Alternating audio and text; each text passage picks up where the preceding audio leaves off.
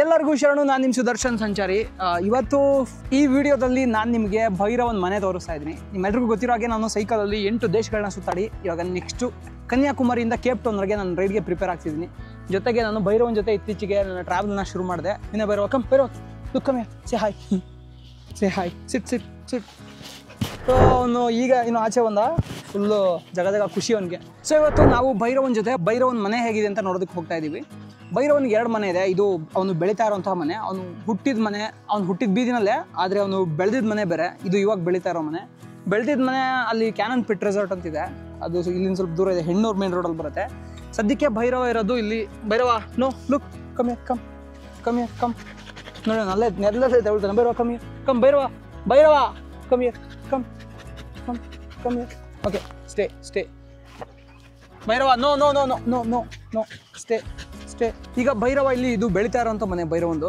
So ಇವಾಗ ನಾವು ಭೈರವನ ಮನೆ ಹೇಗಿದೆ ಅಂತ ನೋಡೋದಕ್ಕೆ ಹೋಗ್ತಾ ಇದ್ದೀವಿ. ನೀವಿನ್ನೂ ನನ್ನ ಚಾನಲ್ಗೆ ಸಬ್ಸ್ಕ್ರೈಬ್ ಮಾಡಿಲ್ಲ ಅಂದರೆ ಹೋಗಿ ಸಬ್ಸ್ಕ್ರೈಬ್ ಮಾಡಿ, ಹಾಗೆ ಬೆಲ್ ಐಕಾನ್ ನೋಡಿರಿ. ನನ್ನ ಪ್ರತಿ ವಿಡಿಯೋ ಅಪ್ಡೇಟ್ಸ್ ನಿಮಗೆ ಬರ್ತಿರುತ್ತೆ. ಇದು ಭೈರವನ ಮನೆ, ನೀವು ನೋಡ್ತಾ ಇದ್ದಾರೆ ಇಲ್ಲಿ orchids Pet Stay and wellness ಅಂತಿದೆ. ಸೊ ಇದು ಭೈರವ ಇವಾಗ ಬೆಳೀತಾ ಇರೋಂಥ ಮನೆ. ಈ ಮನೆ ಬಂದ್ಬಿಟ್ಟು ನಿಮಗೆ ಯಲಹಂಕ ಪಕ್ಕದಲ್ಲಿರುವಂಥ ಆವಲಹಳ್ಳಿ ಹತ್ರ ಬರುತ್ತೆ. ಏರ್ಪೋರ್ಟ್ ರೋಡ್ಗೆ ತುಂಬ ಹತ್ತಿರ.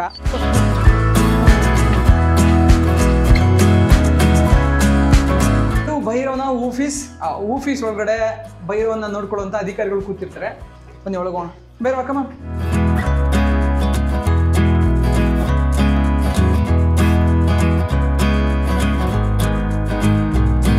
ನಾವೀಗ ಬಾರ್ಕರಿ ಒಳಗೆ ಹೋಗ್ತಾ ಇದೀವಿ. ಬನ್ನಿ ಬಾರ್ಕರಿ ಒಳಗೆ ಏನಿಂದ ತೋರಿಸ್ತೀನಿ.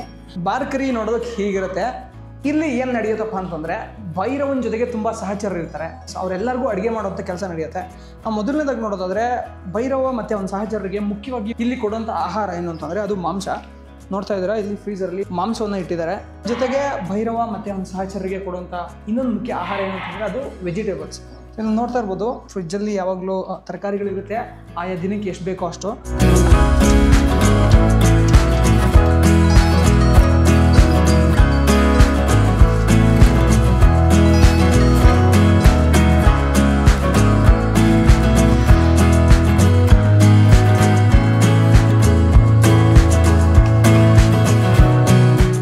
ಜೊತೆಗೆ ಬೇರೆ ಸಹಚರರು ಇರ್ತಾರಲ್ವ, ಅವರಿಗೆ ತರಬೇತಿಯನ್ನು ಕೊಡಬೇಕಾದ್ರೆ ಬಳಸುವಂಥ ಮಾಂಸ. ಈಗ ಭೈರವ ಮತ್ತು ಅವನ ಸಹಚರರಿಗೆ ಊಟಕ್ಕೆ ಅಡುಗೆ ತಯಾರಿ ನಡೀತಿದೆ.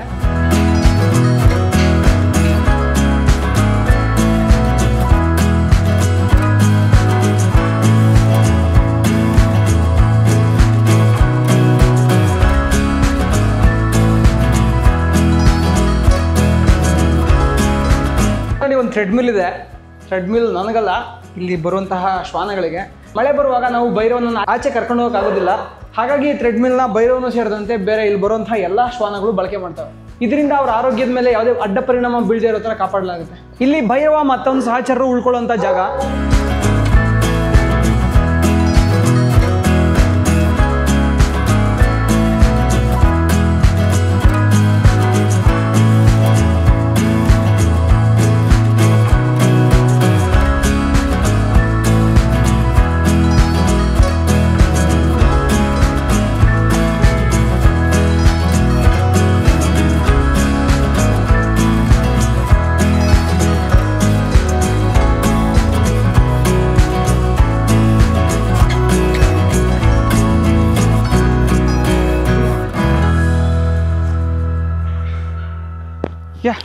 ಇದು ಭೈರವ ಆಟ ಆಡುವಂತಹ ಜಾಗ. ಪ್ರತಿದಿನ ಬೆಳಗ್ಗೆ ಸಂಜೆ 2 ಸಲ ಶ್ವಾನಗಳನ್ನ ಒಳಗಡೆ ಕೆನಲಲ್ಲಿ ಮಲಗೋದಕ್ಕೆ ಬಿಡ್ತಾರೆ. ಅದ್ರ ಹೊರತಾಗಿ ಭೈರವ ಇಲ್ಲಿ ಆಟ ಆಡ್ಕೊಂಡೇ ಇರ್ತಾನೆ ಯಾವಾಗಲೂ. ಇವಾಗ ನಾವು ಭೈರವನಿಗೆ ಸ್ನಾನ ಮಾಡಿಸ್ತಾ ಇದ್ದೀವಿ.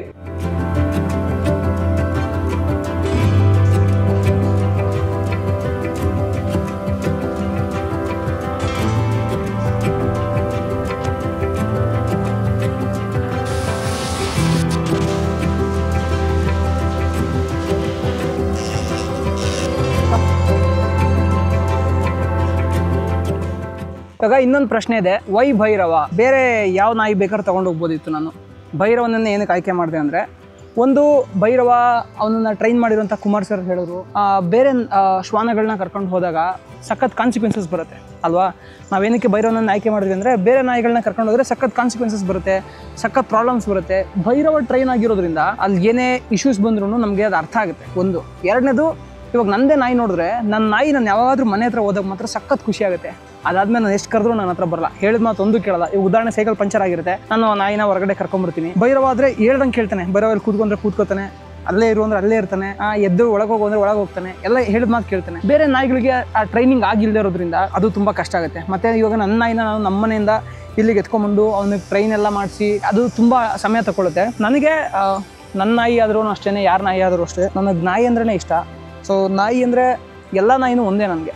ಅದು ಯಾವುದೇ ಜಾತಿ ಆಗಿರ್ಬೋದು ಅಥವಾ ಯಾವುದೇ ಒಂದು ಜೀವಿ, ಅದೊಂದು ಜೀವಿ ಅಲ್ವಾ. ಸೊ ಆ ಜೀವಿ ನನಗೆ ಎಲ್ಲ ಜೀವಿಗಳು ಒಂದೇ, ಮನುಷ್ಯ ಆಗಿರ್ಬೋದು ಅಥವಾ ಶ್ವಾನ ಆಗಿರ್ಬೋದು. ಹಾಗಾಗಿ ನಾನು ಭೈರವನ ಜೊತೆ ಹೋಗೋಣ ಅಂತ ಅನಿಸಿ ಭೈರವನ ಜೊತೆ ಟ್ರಿಪ್ ಶುರು ಮಾಡಿದ್ದು. ಇನ್ನು ಇಲ್ಲಿ ಭೈರವ ಮಾತ್ರ ಅಲ್ಲ, ನೀವು ನಿಮ್ಮನೆ ಇರುವಂತಹ ಶ್ವಾನವನ್ನ ಕರ್ಕೊಂಡು ಬಂದು ಸಹ ಇಲ್ಲಿ ಟ್ರೈನ್ ಮಾಡಿಸ್ಬೋದು, ಗ್ರೂಮಿಂಗ್ ಮಾಡಿಸ್ಬೋದು. ಅಥವಾ ನೀವೇನಾದ್ರೂ ನಿಮ್ಮ ಮನೆಯಿಂದ ದೂರಗಳಿಗೆ ರಜಕ್ಕೆ ಹೋಗೋದಿದ್ರೆ ನೀವು ಯಾರ್ದೋ ಮನೆ ಹತ್ರ ಕಟ್ ಹಾಕಿ ಹೋಗೋದು ಅಥವಾ ಮನೆಯಲ್ಲೇ ಕೂಡಕ್ಕೆ ಹೋಗೋದನ್ನ ಬಿಟ್ಟು ನೀವು ಇಲ್ಲಿ ಕರ್ಕೊಂಡ್ಬಂದು ಬೋರ್ಡಿಂಗ್ ಮಾಡ್ಬೋದು. ಇಲ್ಲಿ ಬೋರ್ಡಿಂಗ್ ಸಹ ಮಾಡಿಸ್ಕೋತಾರೆ. ಮಾಡೋ ಅಡುಗೆಯಿಂದ ಹಿಡಿದು ಪ್ರತಿಯೊಂದೂ ಎಲ್ಲ ಅಚ್ಚುಕಟ್ಟಾಗಿ ನಡೆಯುತ್ತೆ. ಅಲ್ಲಿ ಎಲ್ಲ ಅಚ್ಚುಕಟ್ಟಾಗಿ ನಡೆಯೋದ್ರಿಂದ ನಿಮ್ಮ ಶ್ವಾನದ ಆರೋಗ್ಯದಲ್ಲಿ ಯಾವುದೇ ರೀತಿಯಂತ ಹೆಚ್ಚು ಕಡಿಮೆ ಆಗಲ್ಲ.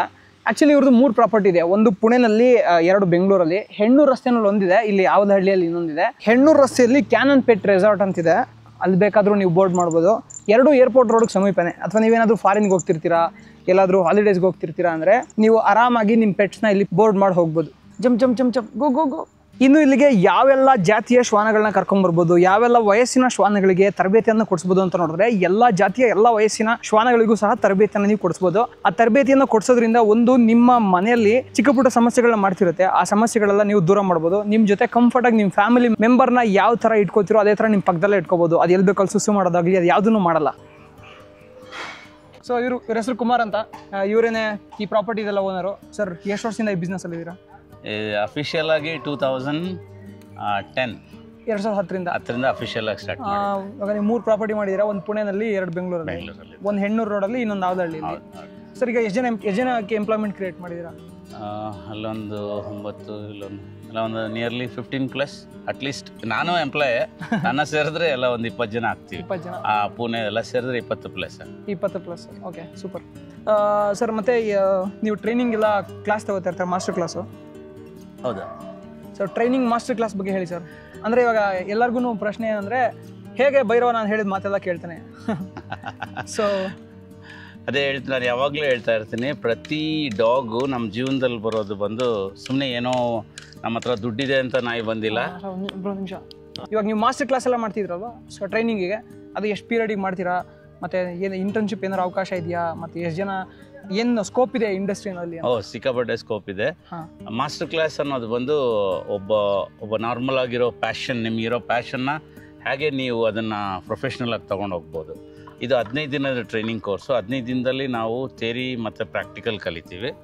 ಅದರಲ್ಲಿ ಸುಮಾರು ಜನಕ್ಕೆ ಐಡಿಯಾ ಇರೋರು ಬೇಗ ಎಕ್ಸ್ಪರ್ಟ್ ಆಗ್ಬಿಡ್ತಾರೆ. ಇಲ್ದಿರೋರು ಕೆಲವ್ರಿಗೆ ನಾವು ಇಂಟರ್ನ್ಶಿಪ್ ಮಾಡೋ ಆಪರ್ಚುನಿಟಿ ಕೊಡ್ತೀವಿ, ಹ್ಯಾಂಡ್ಸ್ ಆನ್ ಡಾಗ್ ಕೊಡ್ತೀವಿ, ಈ ಥರ ಒಂದು ಮರಿನ ಕೊಟ್ಟು ಕರಿಕ್ಯುಲಮ್ ಕೊಡ್ತೀವಿ, ಇದನ್ನು ಪ್ರಾಕ್ಟೀಸ್ ಮಾಡಿ ಅಂತ. ಈ ಥರ ಮಾಡೋದ್ರಿಂದ ಅವರು ಬೇಗ ಕಲಿತಾರೆ ಮತ್ತು ಮಾರ್ಕೆಟಲ್ಲಿ ತುಂಬ ನೀಡಿರೋದ್ರಿಂದ ಬೇಗ ಅವ್ರಿಗೆ ಜಾಬ್ ಆಪರ್ಚುನಿಟಿ ಆಗಲಿ, ಬೇರೆ ಕಂಪನೀಸ್ ಆಪರ್ಚುನಿಟಿ ಆಗಲಿ, ಮತ್ತು ಮನೆಗಳಿಗೆ ಹೋಗಿ ಡಾಗ್ ಟ್ರೈನಿಂಗ್ ಮಾಡೋದಾಗಲಿ, ಬೋರ್ಡಿಂಗ್ ತೆಗಿಯೋದಾಗಲಿ, ಗ್ರೂಮಿಂಗ್ ಮಾಡೋ ಸುಮಾರು ಆಪ್ಷನ್ಗಳಿದ್ದಾವೆ. ಅವರು ಬೇಗ ಪಿಕಪ್ ಆಗಿಬಿಡ್ತಾರೆ. ಈಗ ನಮ್ಮ ಸ್ಟೂಡೆಂಟ್ಸ್ ಇದುವರೆಗೂ ನಾನೊಂದು 300 ಮೆಂಬರ್ಸ್ ಪ್ಲಸ್ ಕ್ರಾಸ್ ಮಾಡಿರ್ಬೋದು. ಕೆಲಸ ಮಾಡೋರೆಲ್ಲರೂ ಅಬೌವ್ 1,00,000+ ಅರ್ನ್ ಮಾಡ್ಕೊಂಡು ಚೆನ್ನಾಗಿದ್ದಾರೆ. ಸೊ ಇದು ತುಂಬ ನೀಡಿರುವಂಥ ಸ್ಕೋಪ್ ಇರುವಂಥ ಇದು. ಬಟ್ ಹೌದು, ನಾಯಿ ಟ್ರೈನಿಂಗ್ ಮಾಡ್ತಾನಂತೆ ಅಂತ ಒಂದು ಕೇವಲವಾಗಿ ಜನ ಅನ್ಕೊಬೋದು. ಬಟ್ ನಾವು ಜೀವನ ಮಾಡೋ life I don't think software ಅವರು ತುಂಬ ಕಷ್ಟಪಟ್ಟು ಕೆಲಸ ಮಾಡ್ತಾರೆ. ಇದು ಸ್ಕಿಲ್ ಬೇಸ್ಡ್ನ ನಾವು ನೀಟಾಗಿ ಹೇಳ್ಕೊಡ್ತೀವಿ. ಲಾಸ್ಟ್ ಒಂದಿಬ್ರು ಮೀಟ್ ಮಾಡಿದೆ ನಿಮ್ಮ ಆಫೀಸಲ್ಲಿ. ಏನು ಓದಿದ್ದೀರ ಅಂದರೆ ಸಾಫ್ಟ್ವೇರ್ ಇಂಜಿನಿಯರ್ಸ್. ಏನಕ್ಕೆ ಗುರು, ನಂಗೆ ಫಸ್ಟ್ಗೆ ಅನ್ನಿಸ್ತು ಸಾಫ್ಟ್ವೇರ್ ಇಂಜಿನಿಯರಿಂಗ್ ಓದಿ ಏನಕ್ಕೆ ನಾಯಿ ಆಡ್ಸಕ್ಕೆ ಬಂದವರಲ್ಲ ಅಂತ. ಹಂಗೆ ಅನಿಸುತ್ತೆ.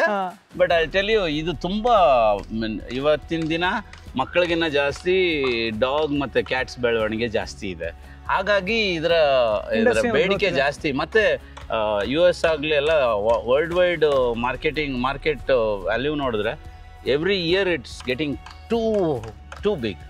ಸೊ ಹಾಗಾಗಿ ಇದು ಒಂದು ಒಳ್ಳೆ ಖುಷಿಯಾಗಿ ಕೆಲಸ ಮಾಡಿಕೊಂಡು ಬದುಕುವಂಥ ಒಂದು ಜೀವನ, ಅದು ಡಾಗ್ ಟ್ರೈನಿಂಗ್.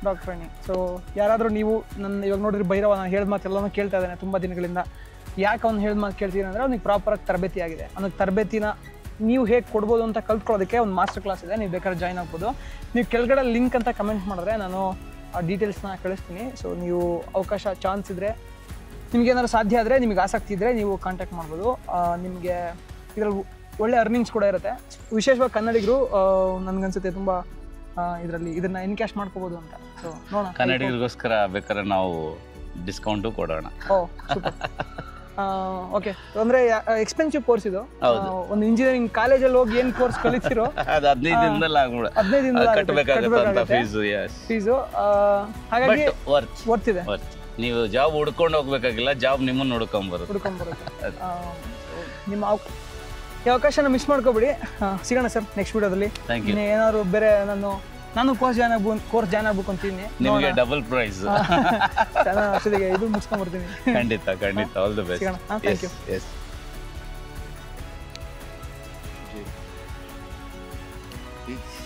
ನಾವೀಗ ಆರ್ಕಿಡ್ಸ್ ಪೆಟ್ ಸ್ಟೇ ಆ್ಯಂಡ್ ವೆಲ್ನೆಸ್ಸಲ್ಲಿ ಇದ್ದೀವಿ.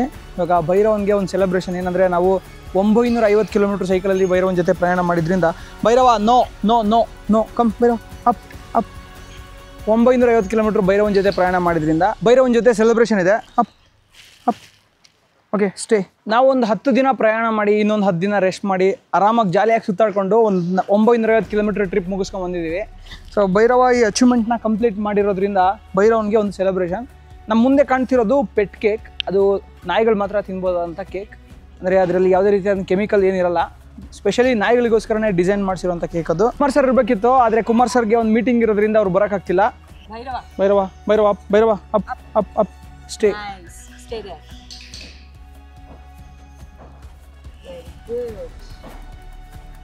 ಭೈರವ ಹ್ಯಾಬಿಟ್ ಮಗ.